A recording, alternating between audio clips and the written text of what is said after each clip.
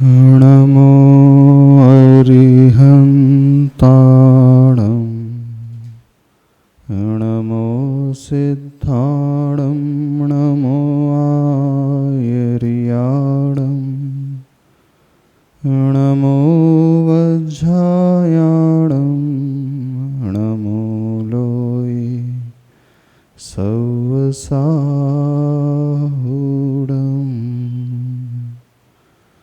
बोले पंच परमेष्टि भगवान की। गुरुनाम गुरु आचार्य भगवान श्री ज्ञान सागर जी महाराज की।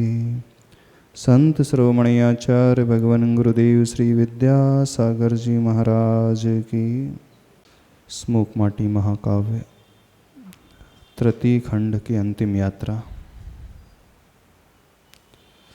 Page number 262। यह महाकाव्य 4 भागों में विभाजित, 4 खंडों में विभाजित है। यह तीसरा खंड जिसका टाइटल है पाप का प्रक्षालन, पुण्य का पालन। इसके पश्चात अंतिम खंड, चतुर्थ खंड रह जाता है, अग्नि की परीक्षा, चांदी सी राख। आज इस विषय को देख लेते हैं। इधर कई दिनों के बाद निराबाध निरभ्र नील नभ का दर्शन।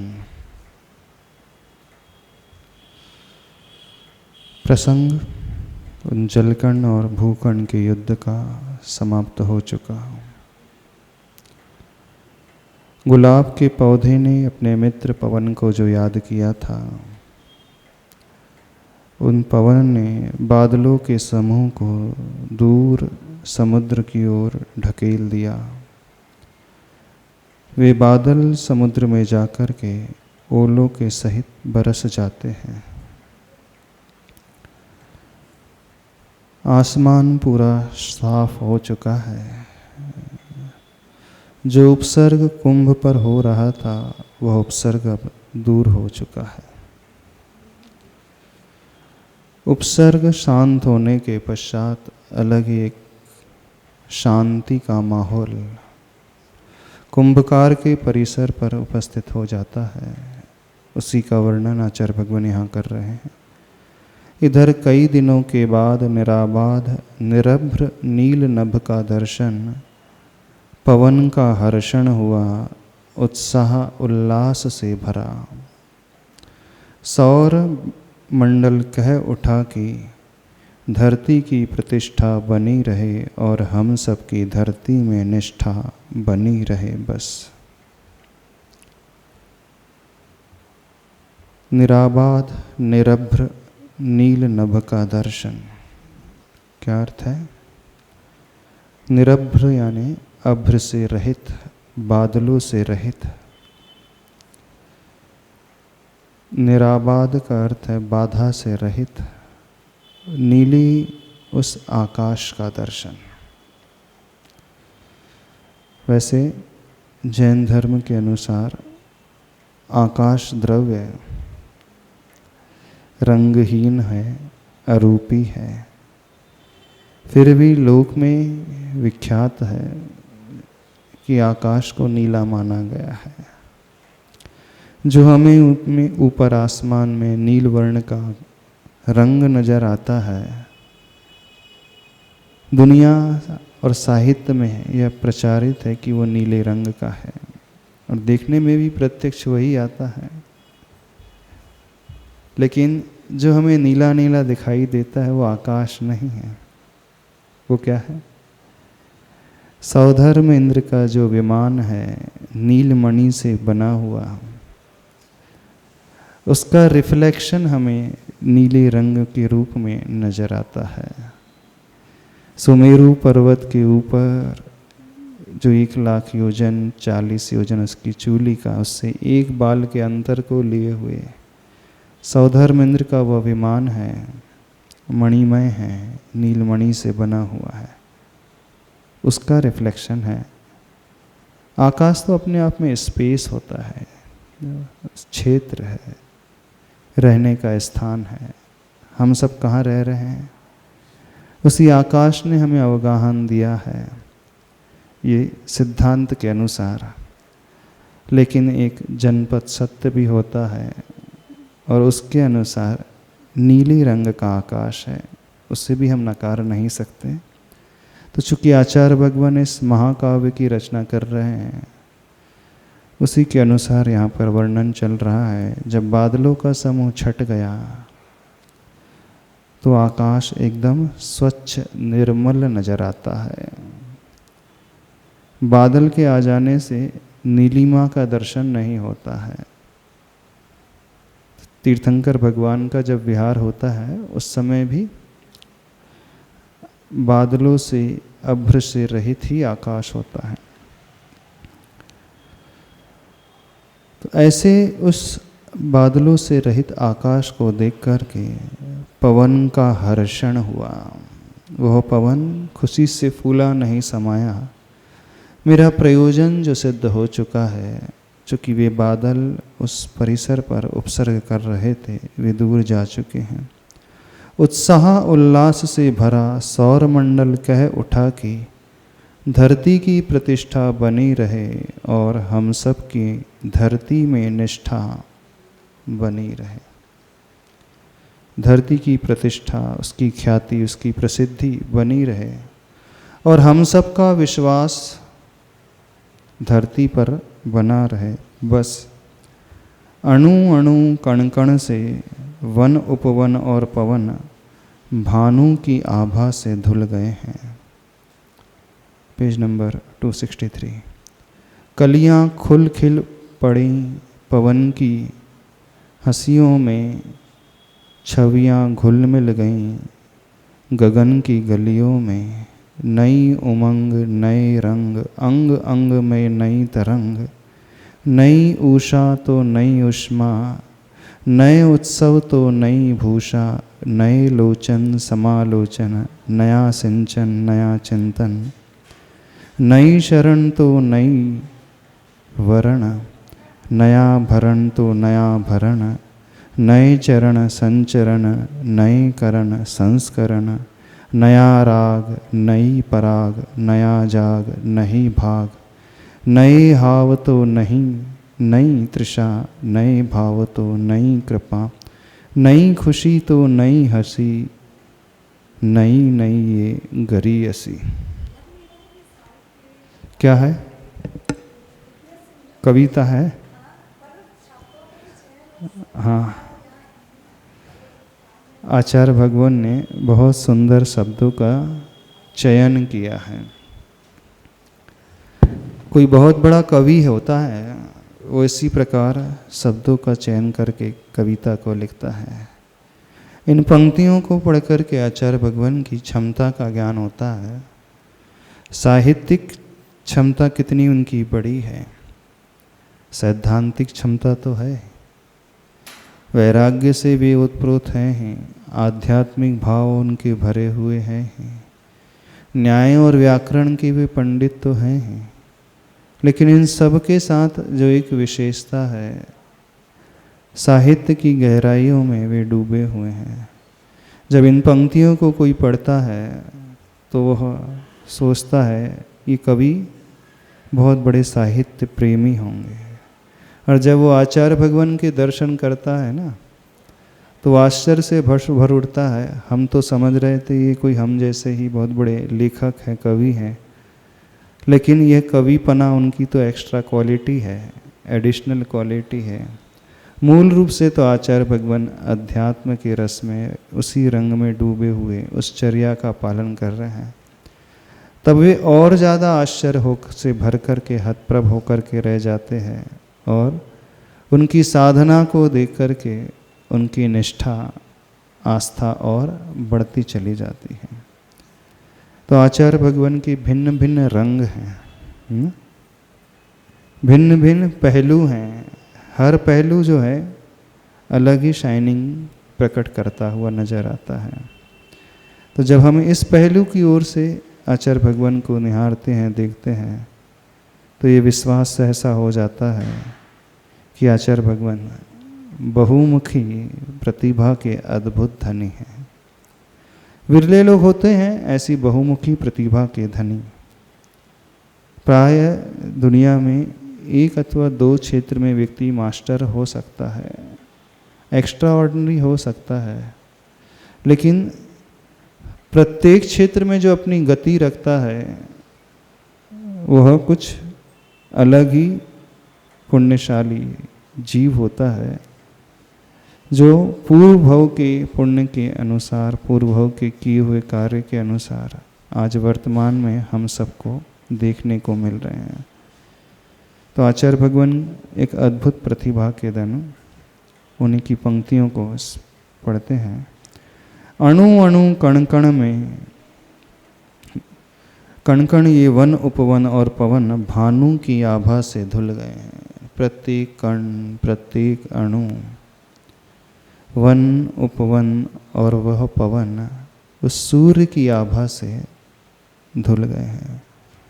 पुस्तक सामने रखी रहेगी तो और अच्छा विषय खुल जाएगा, है ना। पेज नंबर 263 पुस्तक दे दीजिए उनको एक। हाँ,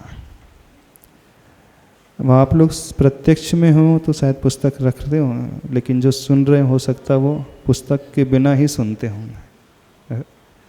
अब जिसकी गहरी रुचि होती है वही व्यक्ति शायद पुस्तक खोलता होगा, और बिना पुस्तक के यदि हम सुनते हैं तो इसका मतलब है रुचि का अभाव है। जब परोक्ष में आप सुनते हैं तो ऐसे सुनते हो ना, हाँ जो सुनाया जा रहा है सुन लो, हाँ सुनाया जा रहा है सुन लेंगे, भाव तो कुछ समझ में आ जाएंगे, लेकिन जो अंदर का लगाव, जो अंदर की रुचि साहित्य प्रेमी को होती है, सब लोगों को शायद नहीं होती। ठीक है, चलो। कलियां खुल खिल पड़ी पवन की हंसियों में, जीवन छवियां घुल मिल गई गगन की गलियों में। वे कलियां पुष्पों की खिल उठी, खुल गईं, उस पवन की वायु में की हंसियों में छवियां घुल मिल गईं गगन की गलियों में। फिर क्या है, नई उमंग, नए रंग, अंग अंग में नई तरंग। जब कुछ अपूर्व मिलता है हमें, कुछ तो भी अलग ही प्राप्त होता है, जो अभी तक नहीं मिला हो, जिसकी भावना हम बहुत समय से करते आए हों, जिसकी सिर्फ आकांक्षा ही रहती आई है और बहुत पुरुषार्थ के पश्चात प्राप्त होता है, तो उसका वर्णन पूज्य गुरुवर यहाँ पर कर रहे हैं। कैसे भाव भंगिमा हो जाती है, तो नई ही उमंग है, नया ही रंग है, अंग अंग में नई तरंग है। नई उषा तो नई उष्मा, उषा करता है प्रातःकाल। दिन की शुरुआत नई सी जब प्रतीत होती है तो वह ऊर्जा से भरा हुआ, उष्मा से भरा हुआ। नए उत्सव तो नई भूषा, उत्सव त्यौहार नया ही, आभूषण भी नए ही। नए लोचन समालोचन, आंखें भी ऐसा प्रतीत होती हैं कि नई ही हैं, और वह समालोचन भी नया ही है। नया ही सिंचन है, नया ही चिंतन है, नई ही शरण है तो नई ही वरण है। नया भरण तो नया भरण। दो अर्थ हैं। नए रूप से कोई भरा है तो आभरण भी जैसे नए हो गए हैं। नए धन आभरण बन करके नया आभरण बन गया। नए चरण संचरण, नए करण संस्करण। मानो चरण भी नए हैं और उन चरणों के माध्यम से जो चलना भी हो रहा है, संचरण भी हो रहा है, वह भी नया ही है। करण यानी जिसका आलम्बन लिया जाता है कार्य को पूर्ण करने में, वे करण, वे माध्यम भी नए हैं और वह संस्करण भी नया है। नया ही राग है, नई ही पराग है, नया ही जाग है, नहीं भाग यानी भागना नहीं है। नए हाव तो नई तृषा, वो प्यास भी नहीं है। नए भाव तो नई कृपा, और नई खुशी तो नई हंसी। नई नई ये गरीयसी। स्पष्ट है भाव। गरीयसी यानी एकदम महान, सर्वोत्कृष्ट। गरिमा जिससे बनना है। गरीयसी शब्द जो होता है सुपरलेटिव डिग्री में प्रयोग होता है, एकदम सर्वोत्कृष्ट। गरिमा जिसकी बहुत ऊंची होती है तो वो गरीयसी है। नया मंगल तो नया सूरज, नया जंगल तो नई भूरज।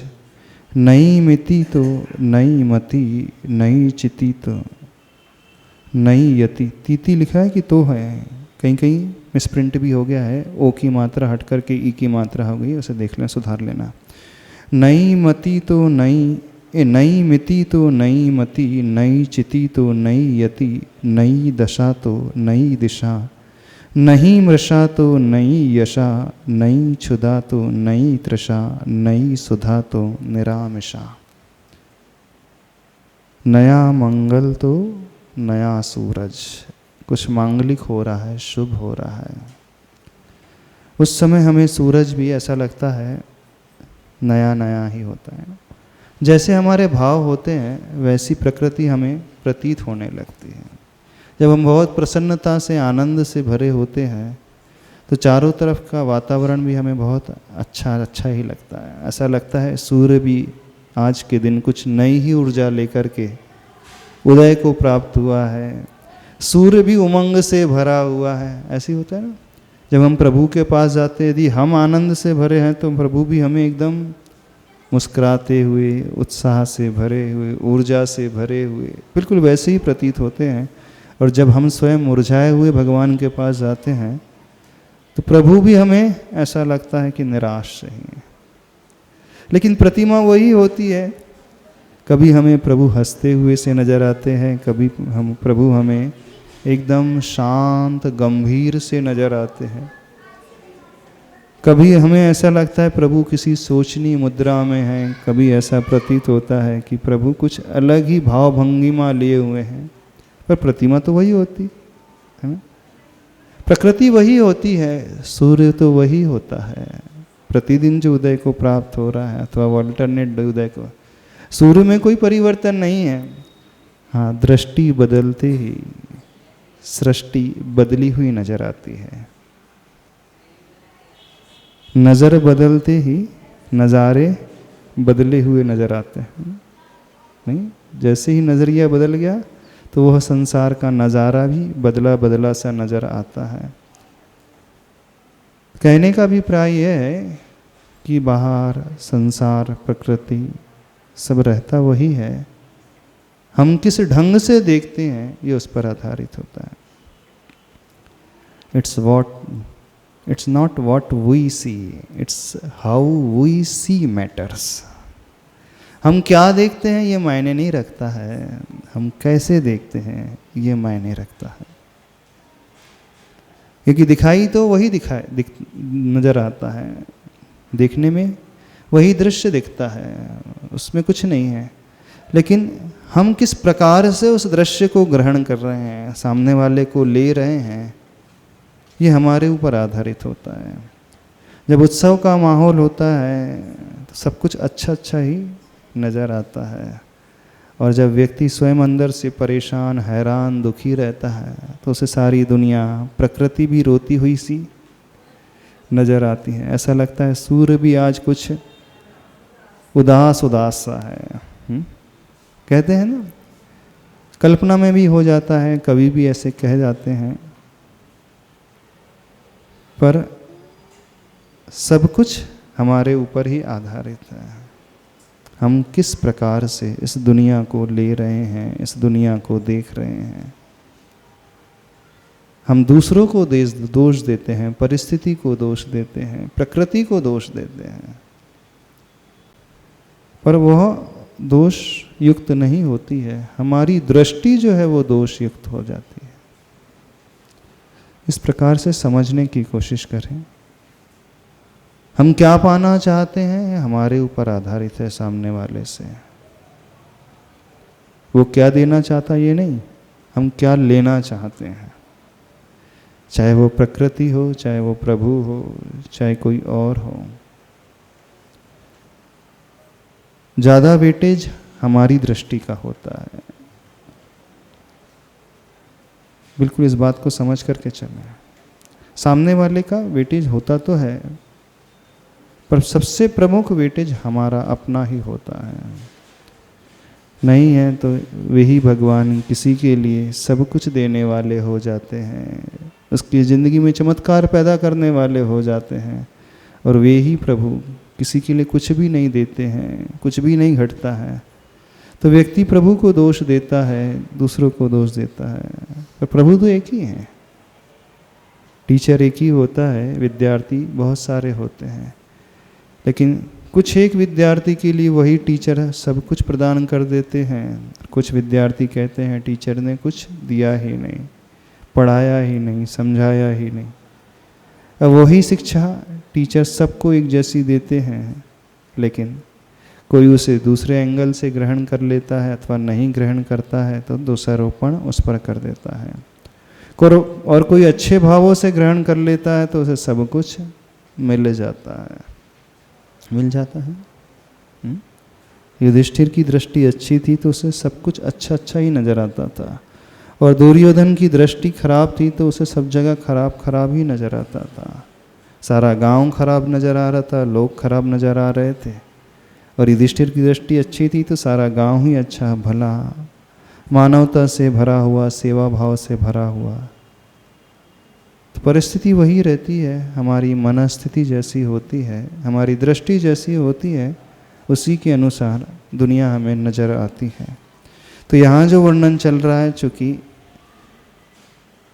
उत्सव का माहौल है, पृथ्वी धरती जीत चुकी है, वे बादल परास्त होकर के दूर जा चुके हैं, तो उससे क्या प्रतीत हो रहा है, शिल्पी को क्या प्रतीत हो रहा है, अथवा उस पौधे को क्या प्रतीत हो रहा है, तो उसी का वर्णन किया जा रहा है। नया मंगल तो नया सूरज, नया जंगल तो नई भूरज। जंगल भी नया है और भू यानी पृथ्वी की वो रज, वह भी नई है। नई मिति तो नई मति। मिति मतलब तिथि जैसे बोलते हैं, मति भी नई हो गई है। नई चिति तो नई यति। चिति यानी चेतना, हमारी चेतना जैसी हो जाती है, चेतना का जो भाव जैसा हो जाता है।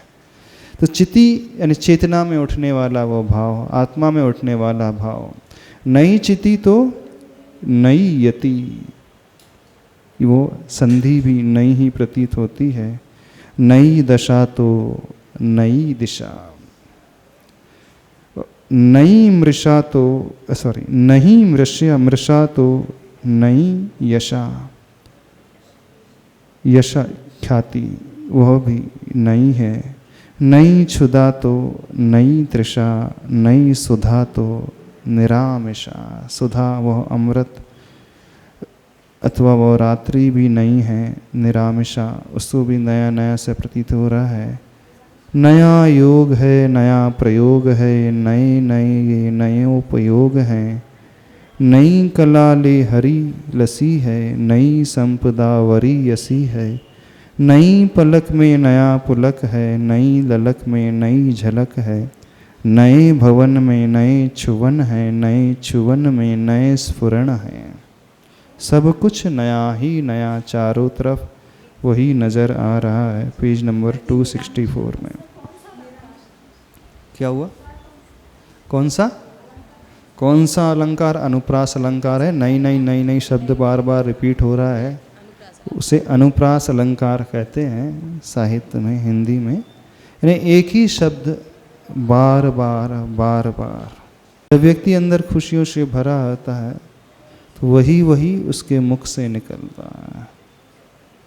जब हम भावना करते हैं तो वही वही भाने के लिए कहा जाता है, उसका प्रभाव इस प्रकार का पड़ता है। नया योग है, नया प्रयोग है। क्या निरामिषा मतलब नई सुधा, सुधा यानी रात अमृत है, और वह सुधा को करने वाला वो चंद्रमा सुधा कर। निरामिषा यानी वो रात्रि के लिए प्रयोग किया गया है। पूर्ण रूप से वो निरामिषा यानी रात्रि, ऐसी नई ही रात्रि प्रतीत हो रही है। नया योग है, नया प्रयोग है, नए नए ये नयोपयोग हैं। योग भी नया है, संयोग भी, प्रयोग भी नया है, नए और उपयोग भी नए हैं।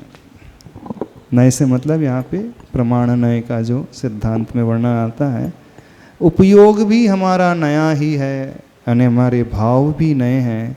नई कला ले हरी लसी है, नई ही कला लेकर हरियाली चारों तरफ फैली हुई है।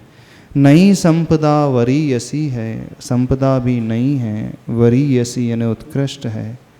नई पलक में नया पुलक है, पलकें भी नया है, नई है, और वह पुलकन का भाव भी नया है। नई ललक में नई झलक है, वो आकांक्षा जो ललक है वह भी नई है, और झलकन भी नई हो रही है।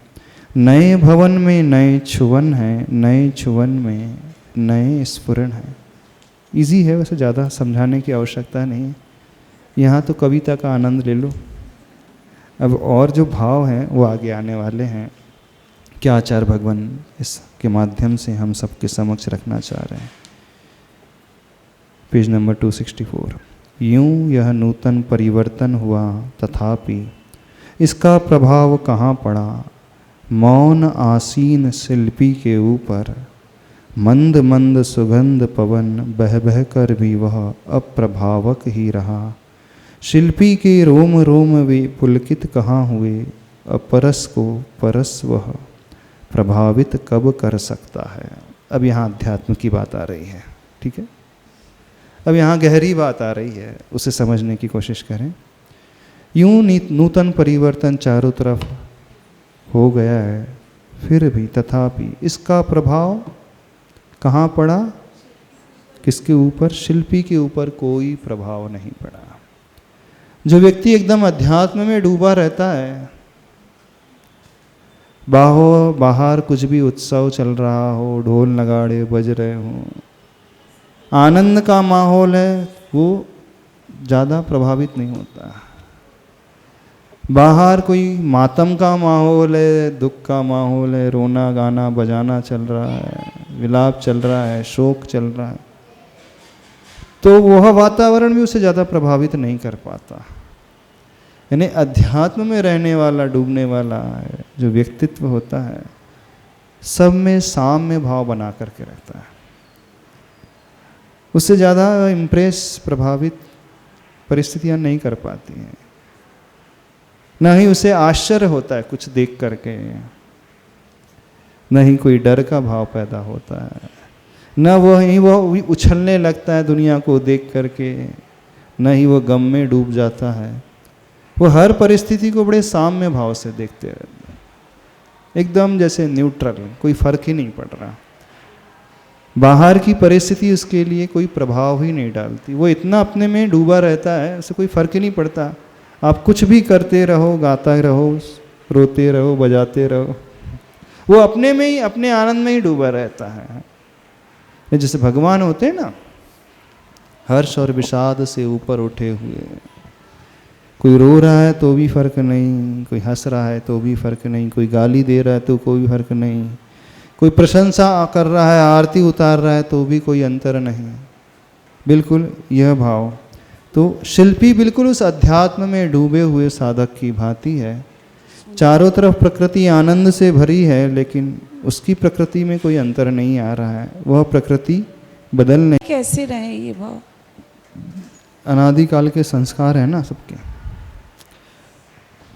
अंदर से परिवर्तन लाने के लिए थोड़ी गहरी मेहनत करना पड़ता है। आचार्य भगवान हमेशा एक उदाहरण देते हैं, जिस डिब्बिया में हींग रखी हो, उसकी गंध निकालने के लिए बहुत मेहनत करनी पड़ती, तपाना पड़ता है अग्नि में। मात्र मांजने से उसकी दुर्गंध दूर नहीं होती है। हम सोचें कि एक बार हमने हींग निकाल करके अलग रख दी, धूप में उसे रख दी डिब्बी को, तो एकदम से दूर नहीं होती है। बार बार जब तपाया जाता है तब कहीं जाकर के वो हींग के संस्कार दूर हो पाते हैं। तो ऐसा तपाना हम सीखें और उसमें कुछ नया अच्छा बार बार भरना सीखें। बार बार उसमें केसर भर करके रखी जाएगी तो कुछ समय के पश्चात लगातार जब केसर का उपयोग होता रहेगा, बढ़ते चले जाएंगे, तो एक समय वो आएगा, वो हींग की दुर्गंध जो है वो दूर हो जाएगी और उसमें नए सिरे से केसर की गंध आने लगेगी। तो दो तरीके से पुरुषार्थ करना है, एक तो उसे तपाना पड़ता है डिबिया को, और उसमें कुछ नया अच्छा भर करके रखना पड़ता है। तो जो पुराना संस्कार भरा है उसको तो तपा करके निकालना है, और नए संस्कार अच्छे तरीके से भरेंगे तब वही स्थायित्व का भाव आ पाता है। नहीं है तो सब जो है गीली मिट्टी की भांति है, जब तक पानी गिरता है तब तक वो गीलापन रहता है, और सूर्य का उदय होते ही उसकी मिट्टी का पानी का सूख जाता है। तो कोशिश करें गीलापन बना रहे। चल, कहाँ चल रहे थे हम? हाँ, शिल्पी की बात चल रही थी। मौन आसीन शिल्पी के ऊपर, यानी शिल्पी यहाँ पर पूर्ण अध्यात्म में डूबा हुआ वह साधक उसकी भांति है। मंद मंद सुगंध पवन बह बह करके भी वह प्रभावक ही रहा। मंद मंद सुगंधित पवन उसके पास से बह रहा था, फिर भी वह सुगंधित पवन उसे प्रभावित नहीं कर पाया। शिल्पी की रोम रोम वे पुलकित कहाँ हुए, अपरस को परस वह प्रभावित कब कर सकता है। अपरस का अर्थ क्या हुआ? परस का अर्थ होता है स्पर्श, और जो स्वयं स्पर्श रहित होता है वह स्पर्श से प्रभावित नहीं हो सकता है। स्वयं जो रूप रहित होता है वह रूप से कभी प्रभावित नहीं होता है।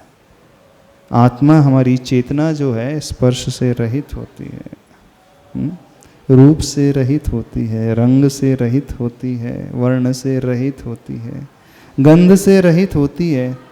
और कुछ लोग इस प्रकार की साधना कर लेते हैं कि बाहर कुछ भी होता रहे, रूपी होते हुए भी वह रूपी की साधना में लगे रहते हैं, तो वो ऐसे तटस्थ रहने लगते हैं, तो परस भी अपरस को छू नहीं पाता है। जैसे ऐसे ही वह शिल्पी भी है, था तो स्पर्शवान, पर वह अंदर से अपरस की भांति ही रहता था।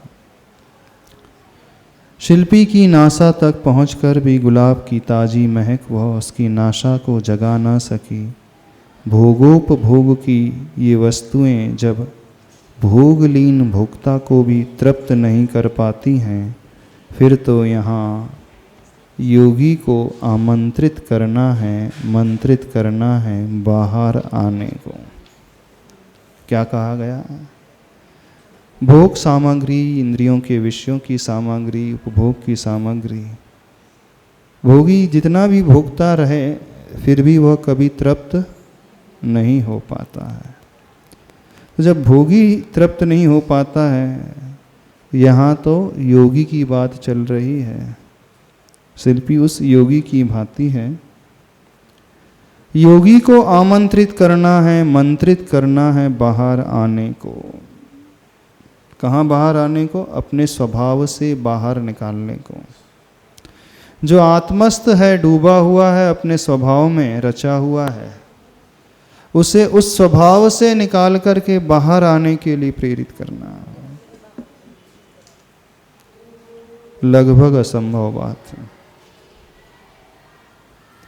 योगी कभी प्रभावित होता ही नहीं है बाहर के वातावरण से, चाहे अच्छी सुगंधी भी क्यों ना बह रही हो, सुगंधित पुष्प भी क्यों ना हो, रूपवान पुष्प भी क्यों ना हो, इंद्रियों के विषय भी क्यों ना भरे हो, योगी अपने स्वरूप से बाहर आता ही नहीं। वह अपने ही आत्म स्वरूप में डूबा रहता है, उसी में लीन रहता है। तो जब भोगी भी तृप्त नहीं हो पाता है भोग से, तो यहाँ कहा जा रहा है यहाँ तो फिर बात है उस योगी की, उसे आमंत्रित करना है, मंत्रित करना है बाहर आने को, वो लगभग असंभव बात है। निजी निजी नीड़ों को छोड़ बाहर आ, वन बहार निहारता, पंछी दल की चहक भी चाह के अभाव में शिल्पी के कर्णों को तरंग क्रम से जा छू नहीं सकी। जितने भी प्रयास किए जा रहे थे उस शिल्पी को रिझाने के, कि वो अपने आत्म स्वभाव से बाहर तो आ जाए, वे प्रयास सारे के सारे व्यर्थ जा रहे थे। निजी निजी नीड़ों को छोड़, यानी अपने अपने घोंसलों को छोड़कर बाहर आ, वन बाहर निहारता, पंछी दल की चहक भी। वे पंछी जो होते हैं प्रातःकाल अपने अपने नीड़ों से बाहर निकल कर के समूह में चहकते हुए वन की बहार को निहारते हैं। चहचहाट पंछियों की होती है। ऐसी परिस्थिति होने पर भी चाह के अभाव में शिल्पी के कर्णों को तरंग क्रम से जा छू नहीं सकी उनकी चहचहाट। इस शिल्पी के भीतर कोई चाह थी ही नहीं, न कोई ध्वनि, सुमधुर संगीत कर्णेंद्री का था, वह भी उसे रिझा नहीं पा रहा है। न ही पुष्पों की सुगंधी उसे बाहर नहीं ला पा रही है, न ही चक्षु इंद्री का जो विषय बन रहा है सुंदर सुंदर फूल, वो भी उसे डिगा नहीं पा रहे हैं। तो वो बिल्कुल उस योगी की भांति है जिस योगी के समक्ष पांचों ही इंद्रियों के विषय रहते हैं। क्या चक्षु इंद्री का विषय, क्या कर्णेंद्री का विषय, क्या नासा इंद्री का विषय, क्या जिह्वा रसना इंद्री का विषय और क्या स्पर्शन इंद्री का विषय। सुंदर से सुंदर दृश्य, मनोरम दृश्य तृप्त करने वाले भी रहते हैं, फिर भी योगी उनसे प्रभावित होता ही नहीं, उससे कोई फर्क ही नहीं पड़ता। क्यों नहीं फर्क पड़ता? जब सारी दुनिया को फर्क पड़ जाता है तो उन्हें क्यों नहीं फर्क पड़ता? आप यदि देखो तो आप प्रभावित हो जाते हो, कुछ अच्छी सुगंध मिल जाए तो आप प्रसन्न हो जाते हैं, सुमधुर संगीत सुनने को मिल जाए तो पैर थिरकने लगते हैं, अच्छा व्यंजन युक्त भोजन, स्वादिष्ट भोजन मिल जाए तो जी ललचा उठता है, पांचों ही इंद्रियों के विषय मिल जाए, सारा संसार प्रभावित हो जाता है। लेकिन वे क्यों नहीं प्रभावित होते? कभी सोचा? मान लीजिए आचार्य भगवान के सामने सभी इंद्रियों के विषय भरे हैं, भरमार लगे हैं, तो उन पर प्रभाव क्यों नहीं पड़ता? कारण सोचा?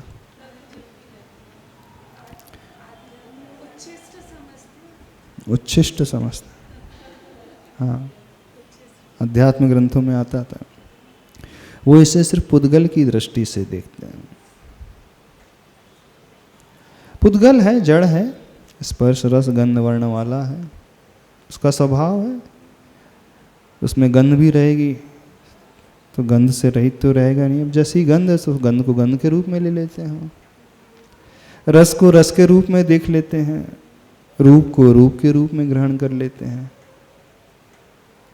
उसके ओरिजिनल स्वरूप को वो देखते हैं। यानी वो कैसे बना है, अणु अणु मिलकर के स्कंद बन जाता है, इंद्रियों के विषय बन जाते हैं। तो उनकी दृष्टि इतनी सूक्ष्म होती है कि वे वहाँ पहुँच जाते हैं जहाँ सामान्य लोगों की दृष्टि पहुँचती ही नहीं। उसके उस स्वभाव की ओर दृष्टि लेकर के आ जाते हैं। कौन सा स्वभाव है? उत्पाद व्यय वाला स्वभाव, उत्पाद व्यय द्रव्य वाला स्वभाव, गलन और सड़न जिसके भीतर छिपी हुई है, जो अभी दिख रहा है अगले क्षण ही वो नष्ट होने वाला है। वो स्वरूप को देख रहे हैं। जो हम देखते हैं यदि हम उसका उपभोग करने चाहें तो अगले क्षण में वो वस्तु समाप्त हो जाती है, और जिसका हम उपयोग कर रहे हैं जो वो पहले देखी ही नहीं गई। यानी प्रतिपल वो नष्ट हो रही है। जो वेददि वेदिज्यदि समय समय, समय सार में गाथा आती है, जो वेददि और वेदिज्यदि वेदिज्यदि समय समय, कंखामणागस्य उदयस्य न कुव्वदेनानि, कुछ ऐसे ही शब्द एक दो हम भूल रहे हैं। उनकी आकांक्षा ही नहीं पैदा होती है, क्योंकि जो वेदन करने वाला है वह भी नष्ट हो रहा है, और जो वेदन करने के योग्य है वह वस्तु भी नष्ट हो रही है। जो भोग करने वाला है वह विचार उस समय चला गया, वो भाव उसके अगले पल वो चला जाता है, और जो वस्तु सामने रखी है वह नए स्वरूप में अगले पल आ जाती है। एक एक समय बीतता है, वह पुरानी होने लगती है, जीर्ण शीर्ण होने लगती है। तो ऐसे परिस्थिति को देख करके उनके मन में कोई कांक्षा ही पैदा नहीं हुई, बस ये भाव अपने भीतर हमेशा लेकर, जो वेददि वेदिज्यदि समय समय विनश्यदि उभयम कंखामणागदस्य उदयस्य न कुव्वदेनानि।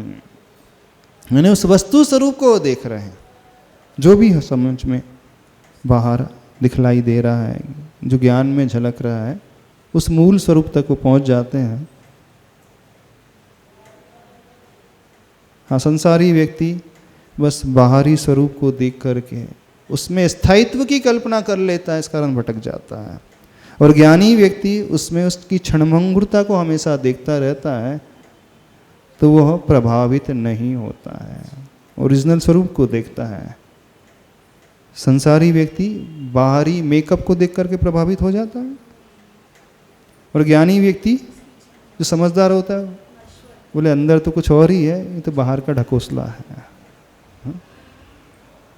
उससे प्रभावित नहीं होता। होता है बोले बाहर का मेकअप है, क्या बोल रहे? अच्छा, गोबर की मिठाई पर वर्क सोने का लगा है, मत फिसलो, ऊपर की सफाई पर वर्क सोने का लगा है, गोबर की मिठाई पर। वो वहां पहुंच जाता है,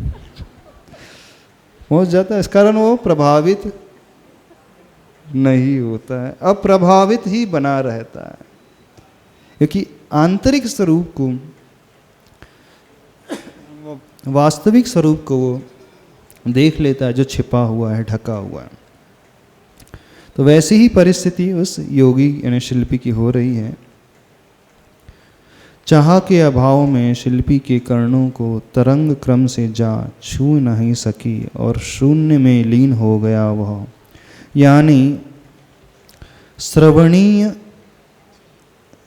चहक के ग्राहक नहीं बने शिल्पी के कर्ण वह। ऐसी विशेष स्थिति में दूरज होकर भी स्वयं रज विहीन सूरज ही सहस्र करों को फैला कर सुकोमल किरणांगुलियों से नीरज की बंद पंखुड़ियों सी शिल्पी की पलकों को सहलाता है। कल्पना देखना गुरुदेव की कितनी गजब की है।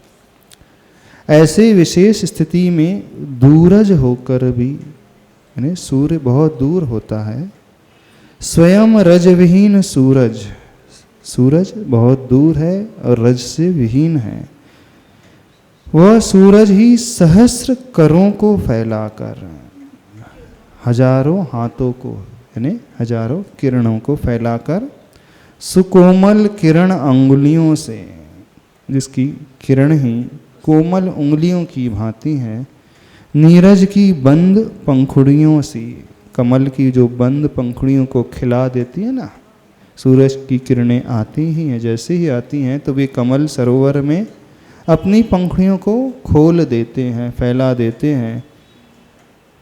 तो उस किरणों के स्पर्श से वे कमल जो हैं खिल जाते हैं। ठीक उसी की भांति वह सूरज शिल्पी की पलकों को सहलाता है। क्या हुआ? रजविहीन, धूल से रहित, गंदगी से रहित, इस सहलाव में शिल्पी को अनुभूत हुआ माँ की ममता का मृदु स्नेहिल परस। क्या उसे अनुभव हुआ? मानो माँ ही ममता वात्सल्य से भर कर के मुझे छू रही हो। आंखें विस्फारित हुई, हुआ अपार क्षमता का सदन, आलोक धाम दिनकर का दरस। दूर से दरस पाकर भी लोचन हरस से बरसने लगे, और इधर भक्ति के धवलिम कणों में स्नपित शांत होने धरती के कण ये तरसने लगे। यूं पूरा का पूरा माहौल डूब गया परसन में, दर्शन में, हर्षण में और दर्शन में। क्या गजब का अनुप्रास गुरुदेव ने बैठाया है। अपन चिंतन भी नहीं कर सकते। बहुत सारी धातुओं का प्रयोग किया आचार्य भगवान ने। परसन, दर्शन, हर्षण, दर्शन। क्या इनका अर्थ है? ऊपर से लगाना। जब सूरज की किरणों ने, हजारों किरणों ने उसकी पलकों को सहलाया, तो इस सहलाव में शिल्पी को अनुभूत हुआ। क्या हुआ? अनुभव हुआ माँ की ममता का मृदु स्नेहिल परस। परस यानी स्पर्श, टच कर रहा है, तो परस से छूने की वो बात आ रही है। विस्फारित हुई, हुआ अपार क्षमता का सदन, आलोक धाम दिनकर का दर्श। दूसरी क्रिया क्या आ रही है? दर्शन की क्रिया, देखने की क्रिया। जैसे ही उनकी उस किरणों ने उसे छुआ तो उसकी आंखें एकदम चौंधियाँ आ गईं, खुल गईं, विस्फारित हो गईं, फटी की फटी रह गईं। हुआ अपार क्षमता का सदन, यानी अपार क्षमता जो उसके भीतर बैठी थी उसका वो अनुभव करता है। किसे देखकर? आलोक धाम दिनकर का दर्श। दिनकर यानी सूर्य। सूर्य क्या होता है? आलोक धाम यानी प्रकाश का वह स्थान होता है। आलोक धाम दिनकर का दर्श वह करता है। दूर से दरस पाकर भी लोचन हरस से बरसने लगे। सूर्य बहुत दूर रहता है, ऊंचे आसमान में रहता है। दूर से दर्शन करके भी वह हर्षण का भाव, प्रसन्नता का भाव पैदा होने लगा। क्यों पैदा होने लगा? क्योंकि सूर्य ही था जो उस शिल्पी की मदद कर रहा था।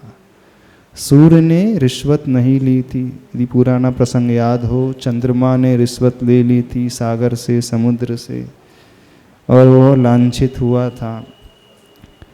चंद्रमा जो अंधकार करता है, तो समुद्र ने सूर्य को भी रिश्वत देने की कोशिश की थी, लेकिन सूर्य ने न्याय का पक्ष लिया था, धर्म का पक्ष लिया था।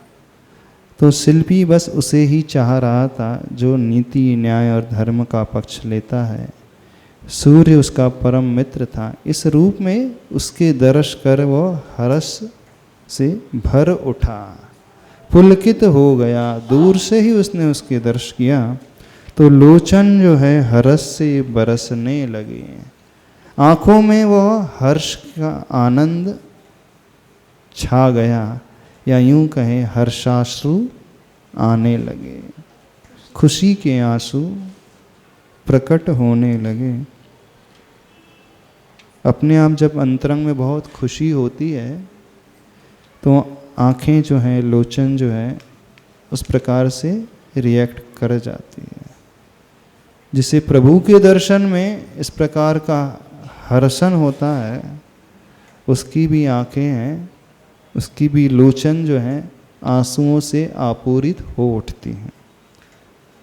यानी वो अंदर आनंद का भाव, जब तक वो आनंद का भाव पैदा नहीं होगा तब तक यह संभव नहीं होता है। तो वो शिल्पी के लिए उनकी लोचन जो है हर्ष से बरसने लगे, और इधर भक्ति के धवलिम कणों में स्नपित शांत होने धरती के कण ये तरसने लगे। अब वे धरती के कण किस बात के लिए तरस रहे हैं? कि मैं उस सूर्य की भक्ति कर लूं, जिसने न्याय का पक्ष लिया था, धर्म का पक्ष लिया था। तो भक्ति के धवलिम कणों में, धवलिम यानी श्वेत वर्ण के, सफ़ेद शुभ्र निर्मल, स्नपित शांत होने, यानी उसी में स्नान करने के लिए, उसी में शांत होने के लिए वे धरती के कण तरसने लगे।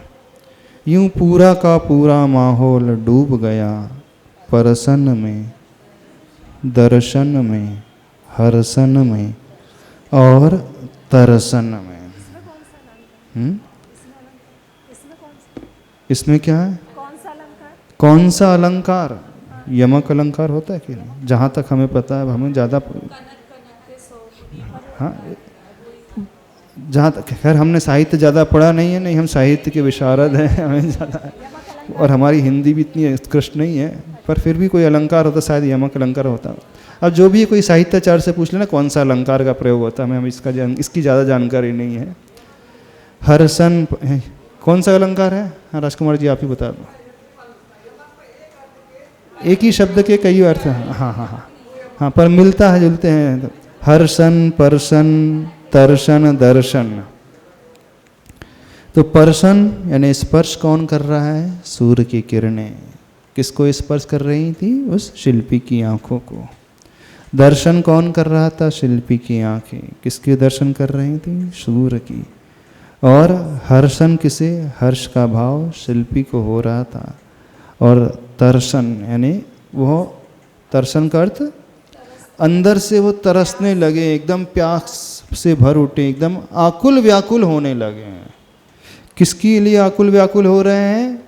भक्ति के धवलिम कणों में स्नपित होने के लिए, शांत होने के लिए। धरती के कण आकुल व्याकुल पीड़ित होने लगे हैं, प्यासे से हो गए हैं, तरस रहे कि इनकी हम आरती तो उतार लें। इतना सुंदर कार्य उन्होंने किया है। Page number 266। समझ में आ रहा है विषय? नहीं समझ में आ रहा?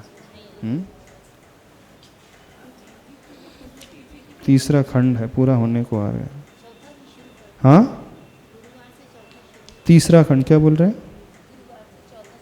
कुछ कहना है? गुरुवार से चौथा खंड। अभी आज तो पहले इतना कर लो। आज कौन सा वार है? पहले ये विषय बहुत अच्छा है। स्वस्थ अवस्था की ओर लौटते कुंभकार को देख कुंभ ने कहा कि, ध्यान से सुनना, बहुत अच्छी पंक्तियां आ रही हैं। स्वस्थ अवस्था की ओर लौटते कुंभकार को देख, यानी कुंभकार अब पूर्ण स्वस्थ हो रहा है। ऐसी अवस्था को में आते हुए कुंभ ने कहा कि परिशः उपसर्ग के बिना कभी स्वर्ग और अपवर्ग की उपलब्धि न हुई न होगी, त्रैकालिक सत्य है यह।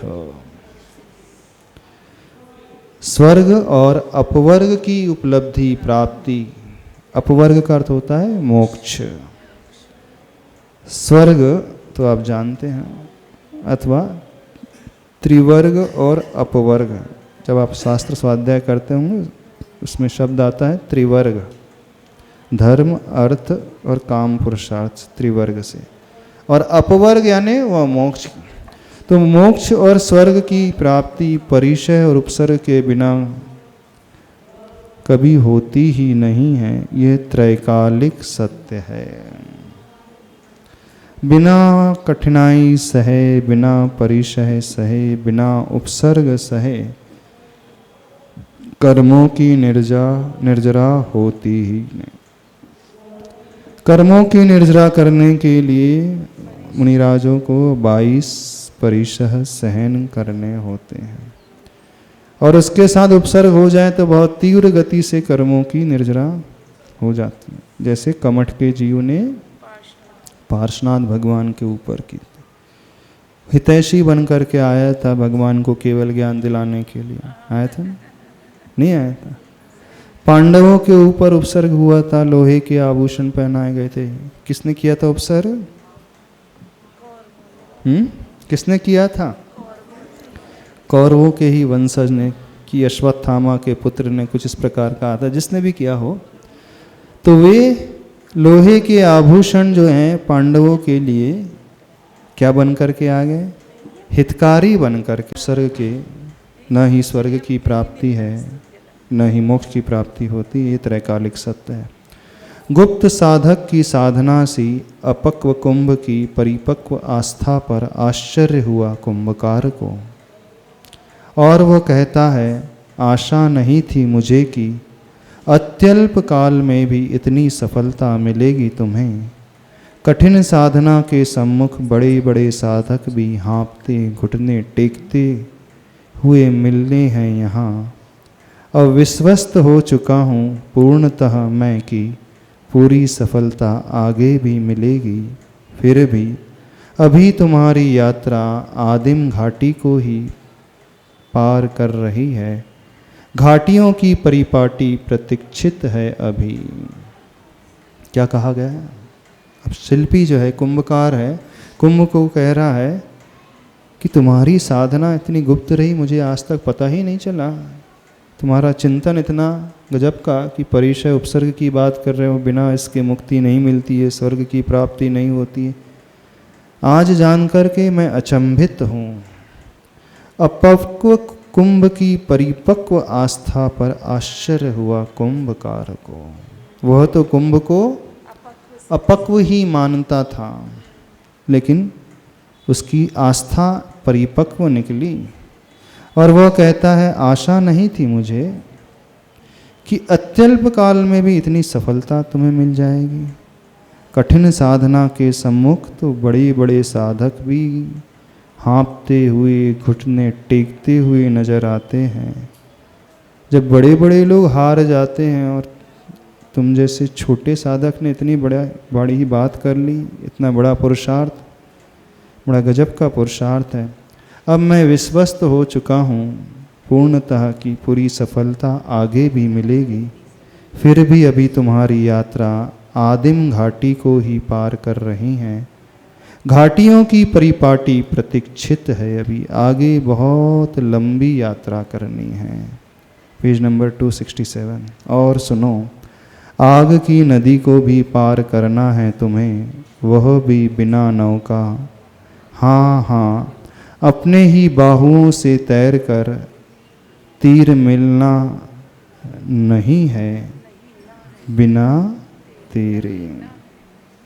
कौन सी नदी को पार करना है? आग की नदी को।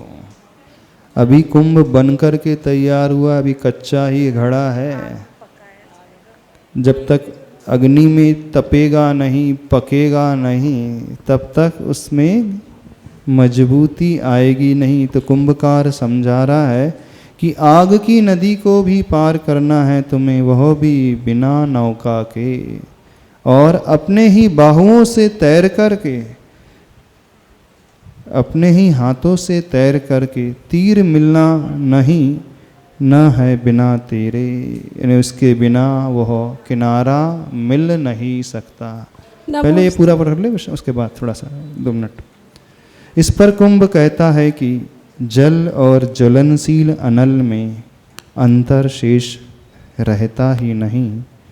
साधक की अंतर्दृष्टि में निरंतर साधना की यात्रा भेद से अभेद की ओर, वेद से अवेद की ओर बढ़ती है, बढ़ना ही चाहिए, अन्यथा वह यात्रा नाम की है, यात्रा की शुरुआत अभी नहीं हुई है। कुंभ की ये पंक्तियाँ बहुत ही जानदार, असरदार सिद्ध हुई। कुंभ ने भी उस कुंभकार के लिए बहुत अच्छी पंक्तियों को सुना करके कहा, क्या कहा? जल और ज्वलनशील अनल में अंतर शेष रहता ही नहीं। अनल का अर्थ होता है अग्नि। जो ज्वलनशील अग्नि हो अथवा जल हो, दोनों में कोई अंतर ही नहीं होता है। किसके लिए? साधक की अंतर्दृष्टि में चाहे कोई अग्नि बरसाए, चाहे कोई जल से उसका अभिषेक करे, उसे कोई फर्क पड़ता ही नहीं। वह तो कैसा है? निरंतर साधना की यात्रा में लगा है। कौन सी साधना की यात्रा? भेद से अभेद की ओर, वेद से अवेद की ओर, यानी जो भेदभाव की दृष्टि थी, उस दृष्टि से ऊपर उठ कर के अभेद, अभिन्नता, किसी में कोई भेद नहीं, क्योंकि भेद हमेशा पर्याय को लेकर के होता है। और जैसे ही पर्याय गौण हो जाती है, दृष्टि में द्रव्य आ जाता है, तो वहाँ समस्त भेद समाप्त हो जाते हैं। आत्मा में कोई अंतर नहीं होता है। जब हम पर्याय को देखते हैं तो ये अंतर दिखता है कि ये पुरुष है, ये स्त्री है, मनुष्य है, त्रियंच है, रंक है, राजा है, छोटा है, बड़ा है, रूपवान है, कुरूपवान है, सारे के सारे भेद पर्याय की ओर देखने में ही आते हैं। लेकिन जिसकी दृष्टि अंतर की दृष्टि होती है, वह निरंतर साधना की यात्रा करता है। कौन सी साधना? भेद से अभेद की ओर, वेद से अवेद की ओर। अवेद 9वें गुण स्थान से ऊपर उठने पर वो अवेद अवस्था में पहुंच जाता है। उससे पूर्व वह वेद वाला होता है, यानी पूर्ण रूप से शील को पाने की साधना वेद से अवेद की ओर जिसकी अंतर्दृष्टि होती है, बढ़ती है, बढ़ना ही चाहिए, अन्यथा वह यात्रा नाम की ही है, नाम मात्र की ही है। मानना यात्रा की अभी शुरुआत ही नहीं हुई है। महाराज श्री कब तक नहीं हुई है? जब तक व्यक्ति भेद से अभेद की ओर ना जाए, वेद से अवेद की ओर ना पहुंचे, तो मानना यात्रा की शुरुआत हुई ही नहीं है। कुंभ की ये पंक्तियां बहुत ही जानदार, असरदार सिद्ध हुई। कुंभ ने कुंभकार को मानो एक तरीके से उपदेश ही दे दिया, शिक्षा ही दे दी कि मैं कमज़ोर नहीं हूँ, मैं भी बहुत ऊंचा हूँ, पहुँचा हुआ हूँ।